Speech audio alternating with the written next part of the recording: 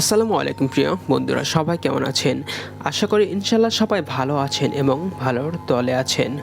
আজকের যে ঘটনাটা আপনাদের কাছে শেয়ার করব সেটা আমার ইমেল থেকে পাওয়া। আমার ইমেইলে যেভাবে লেখা আছে আমি ঠিক সেভাবে আপনাদের কাছে শেয়ার করছি। তাহলে কথা না বাড়িয়ে চলে যাব সরাসরি আমাদের ঘটনায়। আমি আসলে মেয়েটাই শহরে, সারা জীবন শহরে বড় হয়েছি। শহরের এই ইট কাঠের বাড়ি দেখেছি, মুড়ির টিন দেখেছি, রিক্সার টং টং আওয়াজ শুনেছি। গ্রামের দিকে যাওয়া হয় নাই কখনো, কখনো যাবও না ভেবেছিলাম জীবনটা যেমন কাটছে তেমনই কাটতে যাবে। শহরের বাইরে কোনোদিন পা বাড়াবে না আমার। অথচ আমার শ্বশুর বাড়িটা পড়ে গেল গ্রামে। কেমনে পড়লো বলছি। মুড়ির টিনের জগন্নাথ থেকে মিরপুর আসা যাওয়া করি। একদিন হঠাৎ খেয়াল করলাম একটা ছেলে রোজ আমাকে দেখে, মানে আমার সাথে সেও জগন্নাথ থেকে মিরপুর যাওয়া আশা করে। ব্যাপারটা পাত্তা দেয়নি বা পাত্তা দিতে চাইনি। এই 90-এর দশকে দাঁড়িয়ে দুনিয়া বড়ই রক্ষণশীল। ছেলে মেয়ের কথা বলাটা গর্হিত কাজ। কোনোভাবে যদি বাসায় জানতে পারে একটা অপরিচিত ছেলের সাথে বাসায় কথাবার্তা বলেছি, পিটিয়ে আলুর ভর্তা বানিয়ে দেবে। এর মধ্যেই বাড়িতে বিয়ের প্রস্তাব দেওয়া হলো সরাসরি আমার বড় ভাইয়ের কাছে।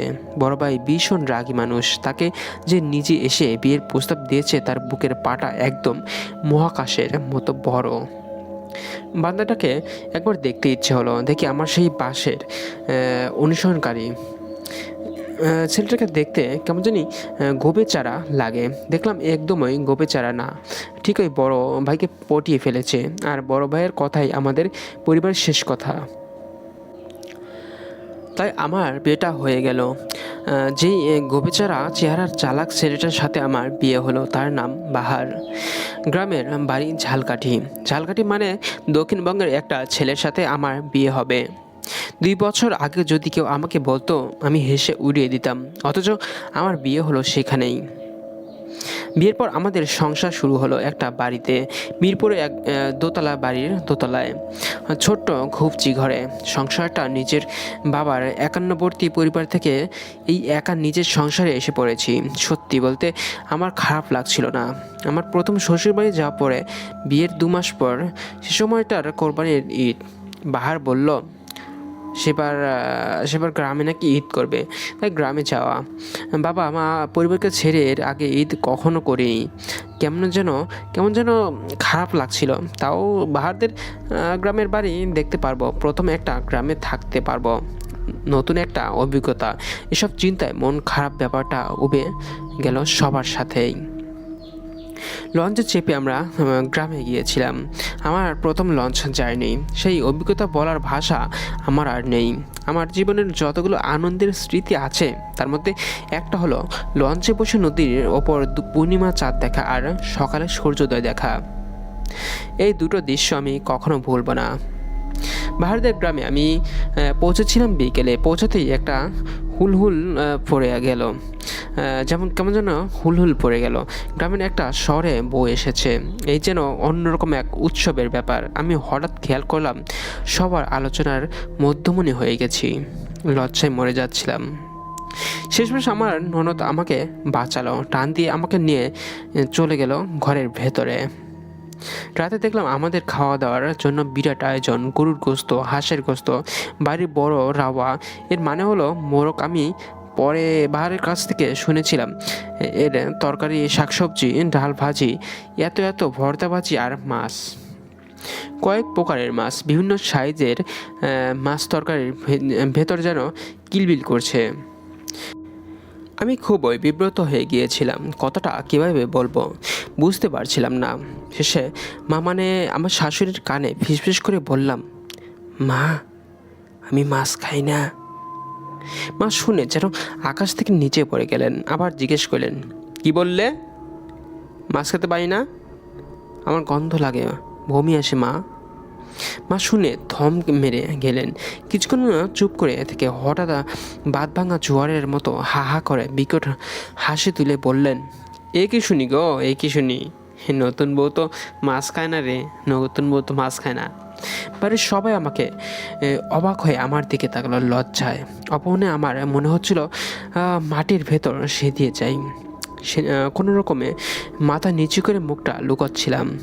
অবাক হওয়া মানুষগুলোর পরবর্তী প্রতিক্রিয়ার জন্য অপেক্ষা করছিলাম। সে প্রতিক্রিয়া এলো দ্রুত। এত এত মানুষের বিদ্যুৎ মাখা হাহা হাসি সাইক্লোনের মতো আমার ভেতরটা ভেঙে চুরমার করে দিল। আমার খুব কান্না পাচ্ছিল। অনেক কষ্টে কান্না আটকালাম। সেই রাতে আমি আর কোনো কিছু খেতে পারিনি। শোবার ঘরে ঢুকে বাহারকে বললাম, তুমি তো জানো আমি মাছ খেতে পারি না, তবু মাকে বলনি কেন? ভুলে গিয়েছিলাম বলে বাহার অন্য পাশ ফিরে ঘুমিয়ে পড়ল।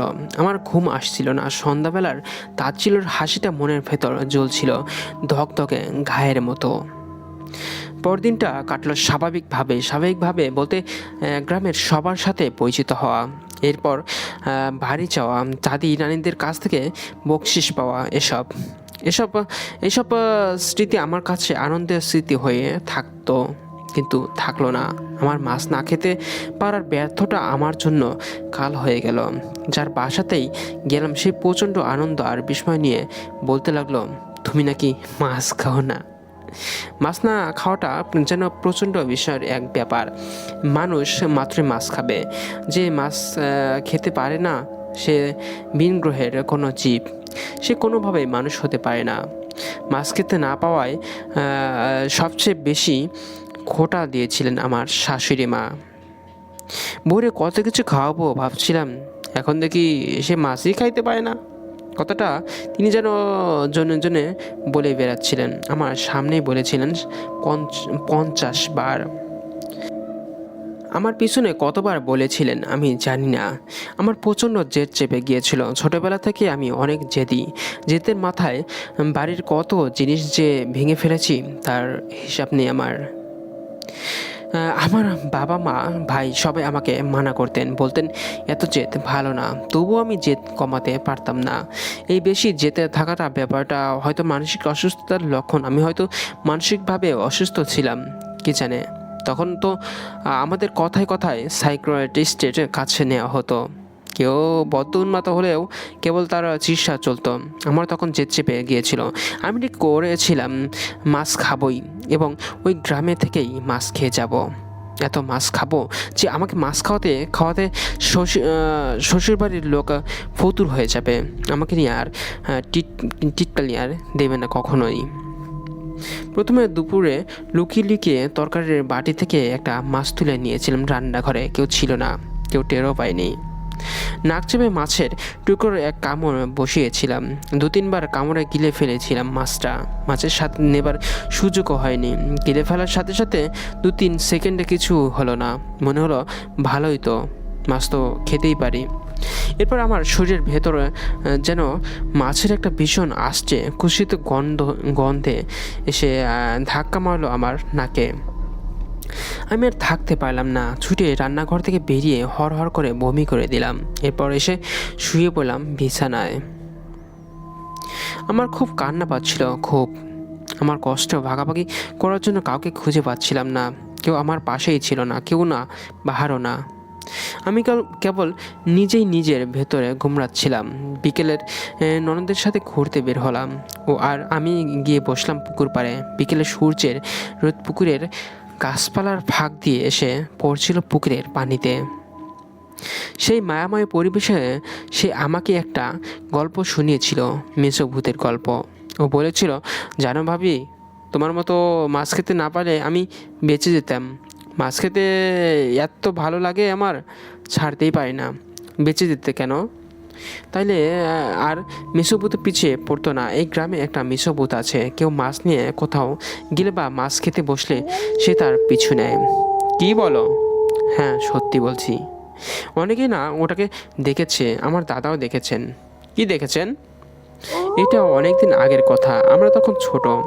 সেই সময় বান এলো। ধান খেতেগুলো আছে না, ওইগুলো নদীর পানিতে তলিয়ে যেত আর নদীর মাছ এসে উঠতো খেতে। গ্রামের মানুষ তখন সারা রাত ওই মাছ ধরে বেড়াতো। দাদাই যেত। এক রাতে সে এরকম মাছ ধরেছে, তার সাথে আর যারা ছিল তারা চলে গেছে। দাদা আরও কয়েকটা মাছ ধরার আশায় বসেছিলেন। রাত তখন গভীর। দাদা মাছ ধরা শেষ করে বাড়ির দিকে আসছেন। হঠাৎ তার মনে হলো তার পিছনে হাঁটার শব্দ পাচ্ছেন। দাদা পিছনে ফিরে দেখলেন তার পিছনে 50 হাতের মধ্যে কোনো লোকজন নাই। দাদা আবারও হাঁটা শুরু করেছেন। আবার পায়ের আওয়াজ। দাদা এবার ভয়ে ভয়ে পিছনে তাকালেন। তাকিয়ে দেখলেন একটা বড় মানুষ তার দিকে দৌড়ে আসছে, তার মুখ চাদরে ঢাকা। দাদা বুঝেই দৌড়াতে শুরু করলেন। দাদা কিন্তু দৌড়ে আমাদের উপজেলার ফার্স্ট ছিলেন সব সময়, অথচ সেই দিন ওই লোকটা দাদার একদম কাছে চলে আসছিল, প্রায় কানের কাছে এসে বলতে লাগলো, মাছ দে, মাছ দে। দাদা কোনো রকম দোয়াদৌড় পরে বাড়ি পর্যন্ত পৌঁছাতেই অজ্ঞান। দাদার জ্ঞান ফিরছিল 3 দিন পর। এই 3 দিন নাকি দাদার স্বপ্নে দেখতো একজন তার সামনে বসে কাঁচা মাছ দাঁত দিয়ে চিবিয়ে চিবিয়ে খাচ্ছে। দাদা যখন অসুস্থ তখন দাদি একবার মাছ ভাজতে বসেছিলেন রাতের বেলায়। হঠাৎ তিনি দেখেন বেড়ার ফাঁক দিয়ে একজোড়া চোখ তার দিকে তাকিয়ে আছে। দাদি ভয়ে চিৎকার দেওয়ার আগেই দুটো হাত ঝট করে বেড়া ভেঙে রান্নাঘরে ঢুকে মাছ দুটো নিয়ে বের হয়ে যায়। আমার ভয় পাওয়ার কথা থাকলেও আমি ভয় পেলাম না। আমার মায়া লাগলো মেসো ভূতের জন্য।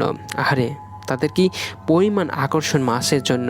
এর 10 ভাগের 1 ভাগ থাকলেও আজ এত গঞ্জনা সইতে হতো না আমাকে। রাতে আমাকে খুব খারাপভাবে অপমানিত হতে হলো। আমার শাশুড়ির বোন এসেছিলেন আমাকে দেখতে, মনে হয় পাশের গ্রামে থাকেন। ছেলেদের খাওয়ার পর মেয়েরা সবাই খেতে বসেছে একসাথে। আমি বসেছি আমার খালা শাশুড়ির পাশেই। আমার শাশুড়ি হঠাৎ আমার পাতে একটা বড় মাছ তুলে দিলেন। মাছ নাম জানি না, সে যে মাছটা দিয়েছে সেই মাছের নামটা আমি জানি না। ড্যাব ডেবে চোখ জোড়া আমার দিকে চেয়ে আছে, আর মা আছে আষ্টে গন্ধে আমার পেল বমি।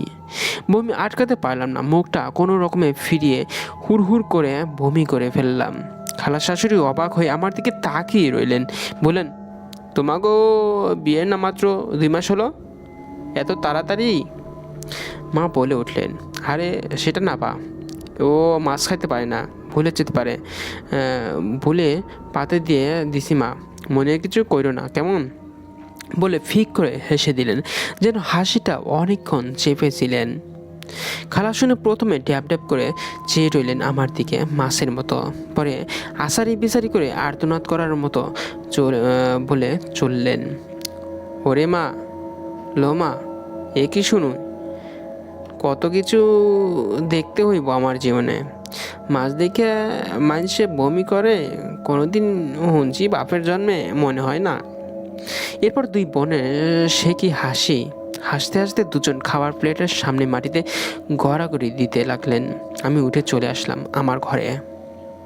দেখি বাহার শুয়ে ঘুম দিয়েছে। আমি বাহারকে ঘুম থেকে উঠিয়ে বললাম, চলো চলো বাহার, আমি কালকে বাড়ি চলে যাব, আর একটু এই বাড়িতে থাকবো না আমি। বাহার কোনো রকমে চোখ মেলে বলল, খুব ক্লান্ত লাগছে গো, প্লিজ কালকে পর্যন্ত সময় দাও, কালকে ঘুম থেকে উঠে সব ঠিক করে দেব, বলে আবার দিল ঘুম। আমার তখন যে কি ভীষণ কান্না পাচ্ছিল, আমি ঝরঝর করে কান্না করা শুরু করে দিলাম। আমার সেই কান্না মোছার জন্য কেউ ছিল না। রাত যখন নিঝুম, বাড়ির পাশেই মাছের উপর বাসা বাঁধা পাখিটাও যেমন ঘুমিয়ে পড়েছে, আমি তখন জেগে। আমার মনটা খুব জ্বলছিল অপমানে আর কষ্টে।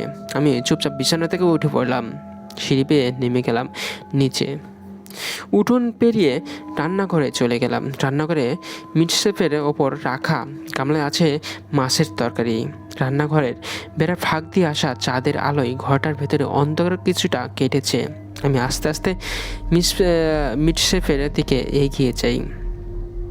গামলাটা হাতে নেই, গামলার ভেতরে মাছ, শত শত মাছ কিলবিল করছে যেন।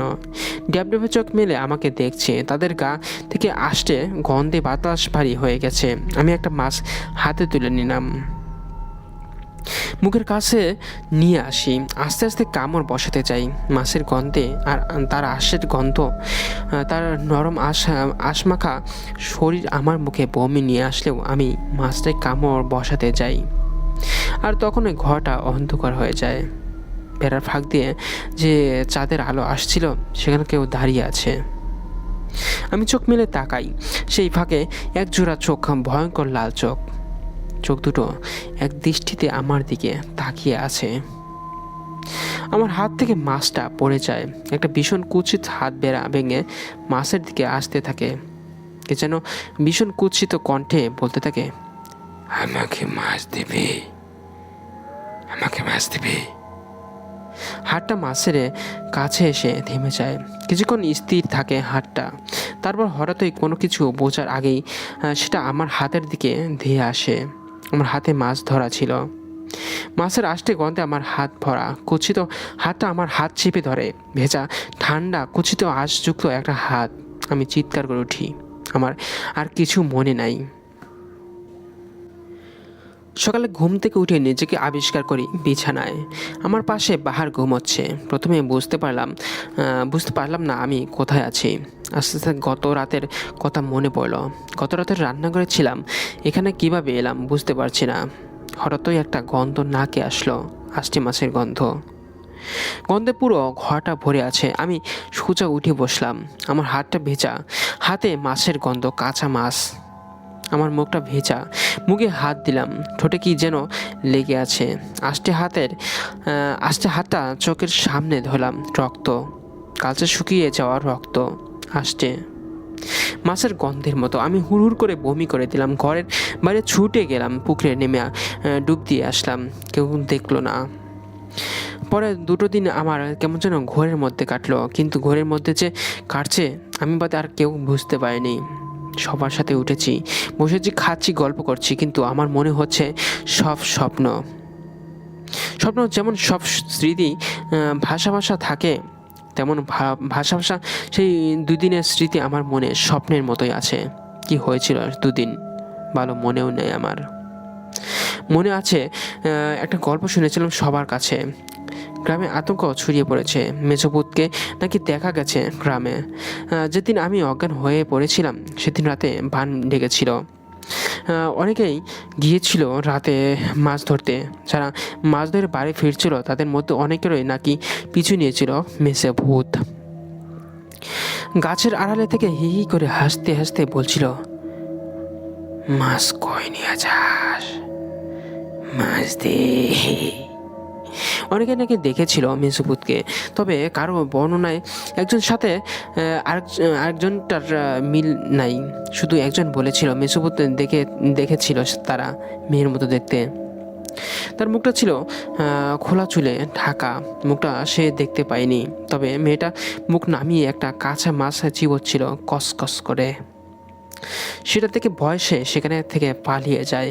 সবচেয়ে বেশি ভয় পেয়েছিল আমার শাশুড়ি মা।